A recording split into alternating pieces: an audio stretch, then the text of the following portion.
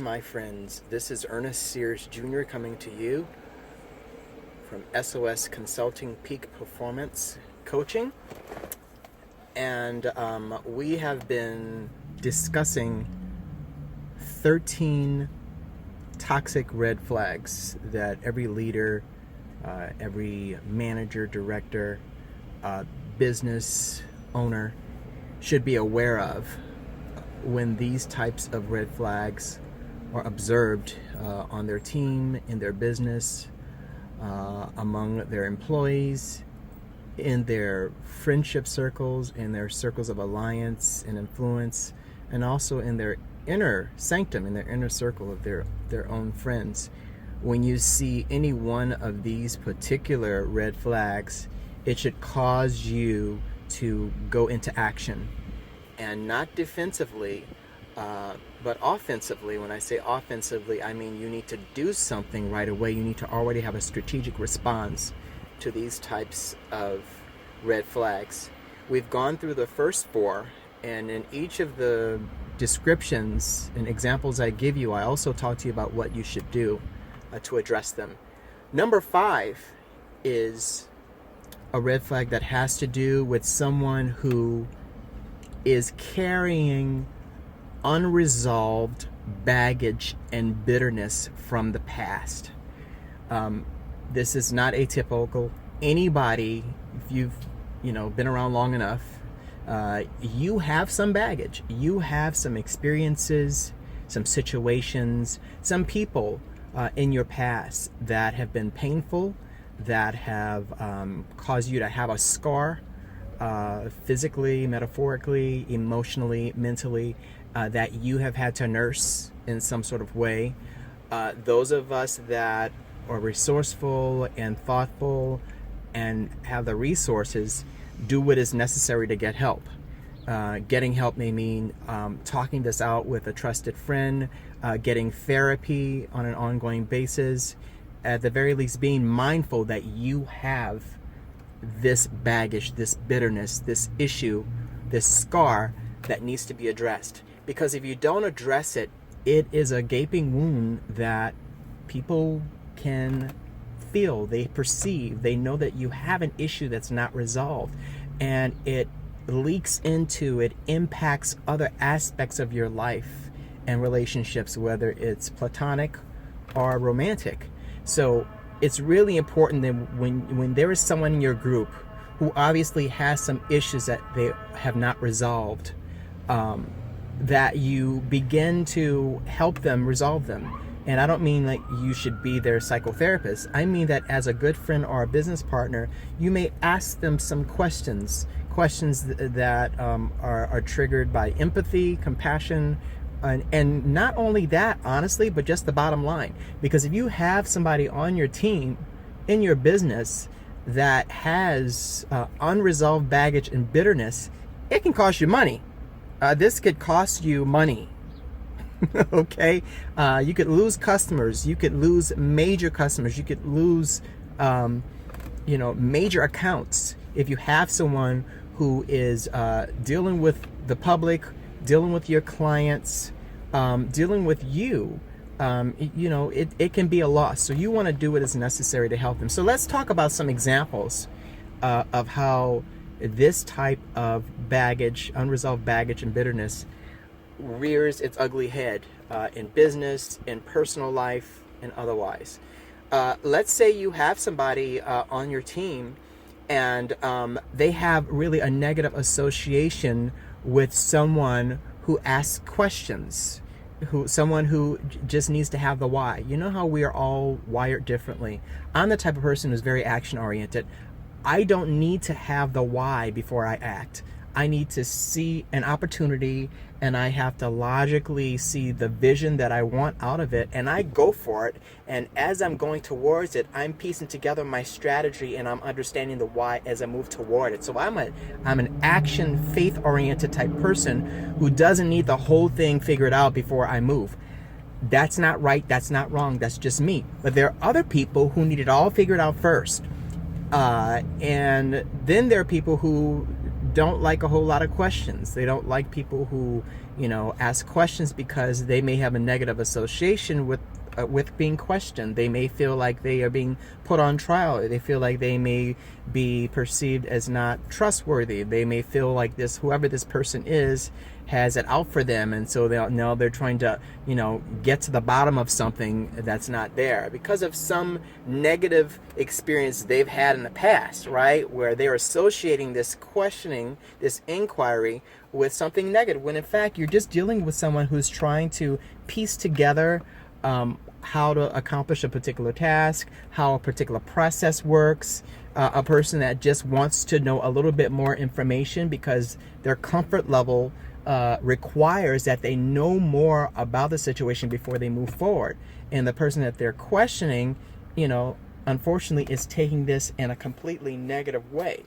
And so that's an example of someone who may have some unresolved baggage or bitterness, believe it or not, especially when they constantly have a negative reaction to people just,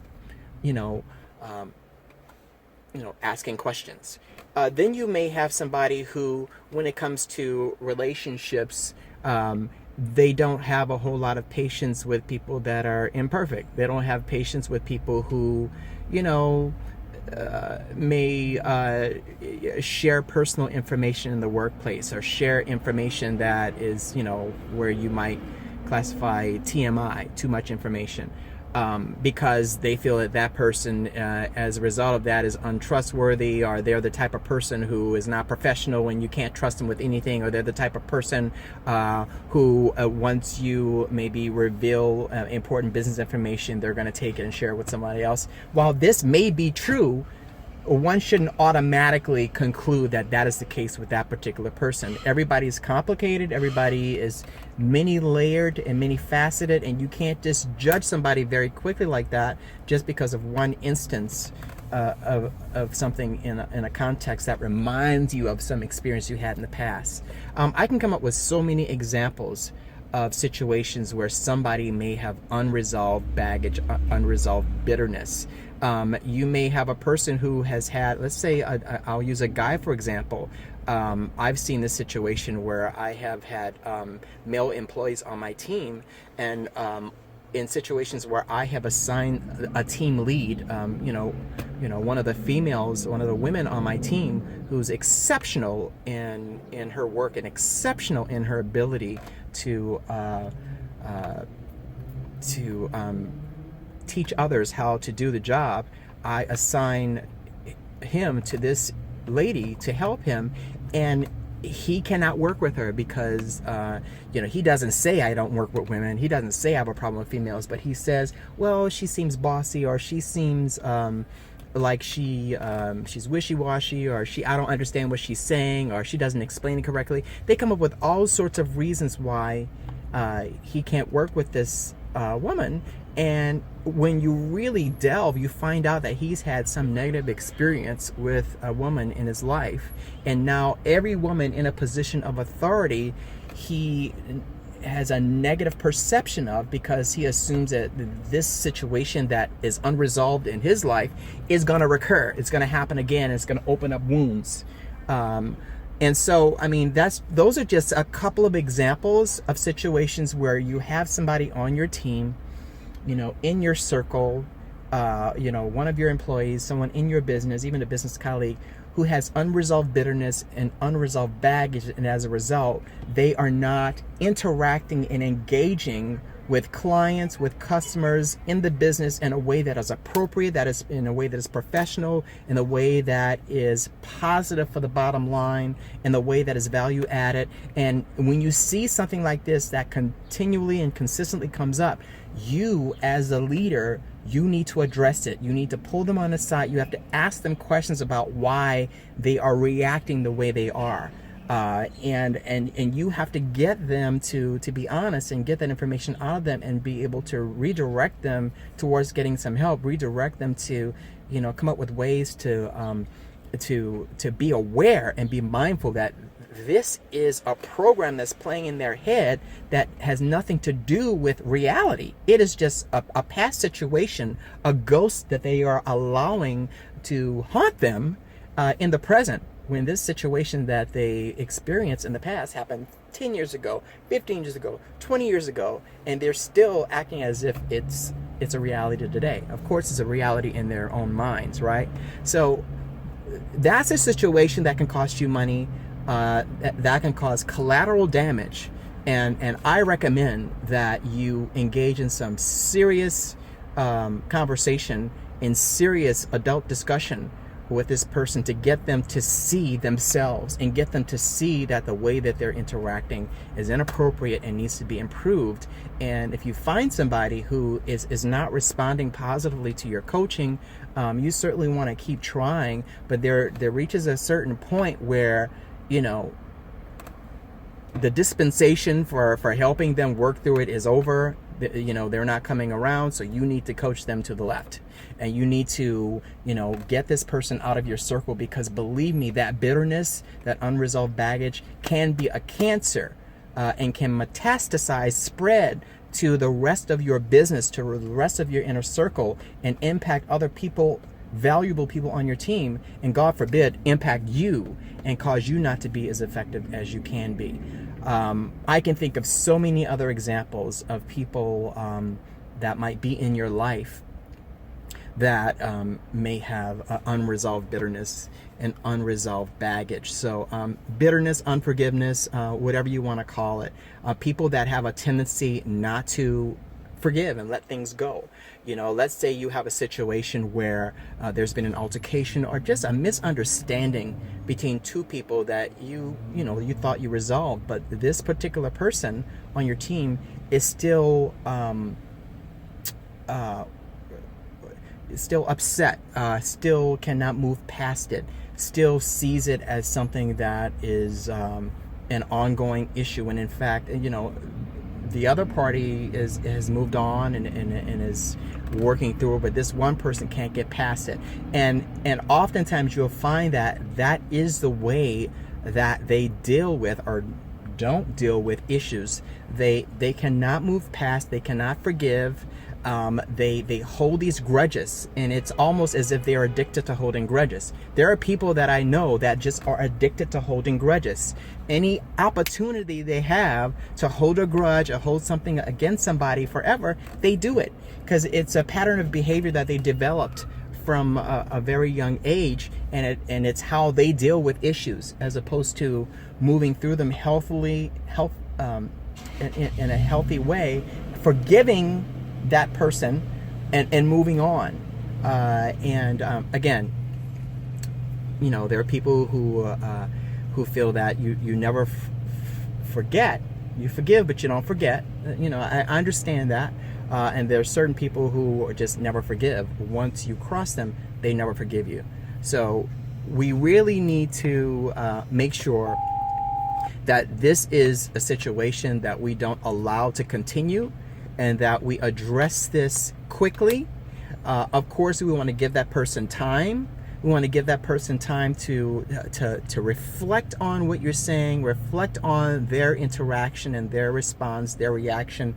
Give them time to, with you in a collaborative fashion, come up with a strategy to move forward and to address that type of situation in the future. But again, if that person is not responding positively and they continue to show these types of negative and toxic reactions, then we have to figure out a way to distance ourselves and our team from them. Whether this is a person that's in your family, a person in your employ, a person on your team, in your business, in your inner circle. In any case, you need to address it right away and not just let it sit there, because believe me, it will come back to hurt you. Okay, so that's all I'm going to say about that. That's a subject that we can talk about probably for hours and hours and hours upon hours, and I have lots of experience with it, unfortunately. But if you live long enough, you're going to encounter people, who have some issue with letting go. And the thing is that hopefully we all realize that we've all been there we've all been in a situation where we've had the challenge of letting go. We had the challenge of forgiving. We've had the challenge of working through an issue so we can move on and be healthy and continue to live an enriching, fulfilling life. So that's all I have for you today. That was number 5 of the 13 toxic red flags. And again, this is Ernest Sears Jr. with SOS Consulting, Peak Performance Coaching. Remember to reflect, recalibrate, reinvent. Take care and have a wonderful evening. Bye-bye.